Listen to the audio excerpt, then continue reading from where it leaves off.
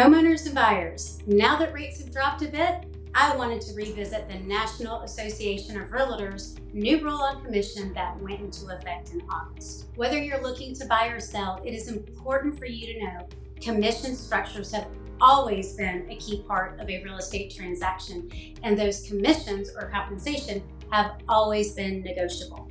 In the past, when a home was sold, it was the seller who often paid the real estate commissions. When the seller decided to hire their listing agent, they signed a contract agreeing to pay a specific commission percentage.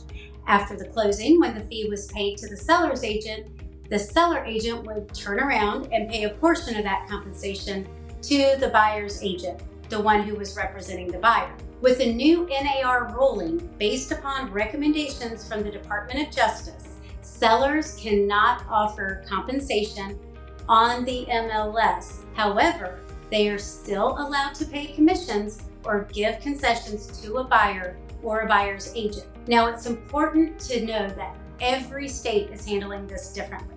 There are over 600 MLSs, and each MLS is handling it differently. Different states, MLSs, and brokerages will have their own ways of navigating these changes. So what does this all mean? Hi, I'm Ginger Robinson with North Grape Real Estate. There's a lot to cover here on this topic, so let's just break it down. First off, for sellers, these changes in commission could mean a shift in the financial dynamics of selling a home.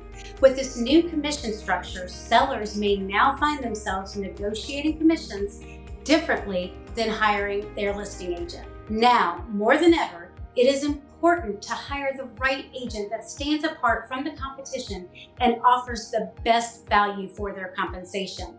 Sellers will need to focus on agents who can provide not just a good rate, but also exceptional service, negotiations, and marketing expertise to ensure their homes not only sell quickly, but they get the most favorable terms for their seller. As always, I will be advising on the pros and cons of commission structure, and each scenario is going to look differently. But I will be letting sellers know that any compensation to a buyer or a buyer's agent will be coming directly from them, the seller, not from me and not from my brokerage. However, this does not mean we do not encourage the seller to offer compensation to a buyer's agent. Personally, since this all went into effect, I have not seen a home for sale where the seller was not offering to pay the buyer's side commission. However, if the seller chooses to not pay the commission to the buyer's agent, it will have a significant impact on the buyers.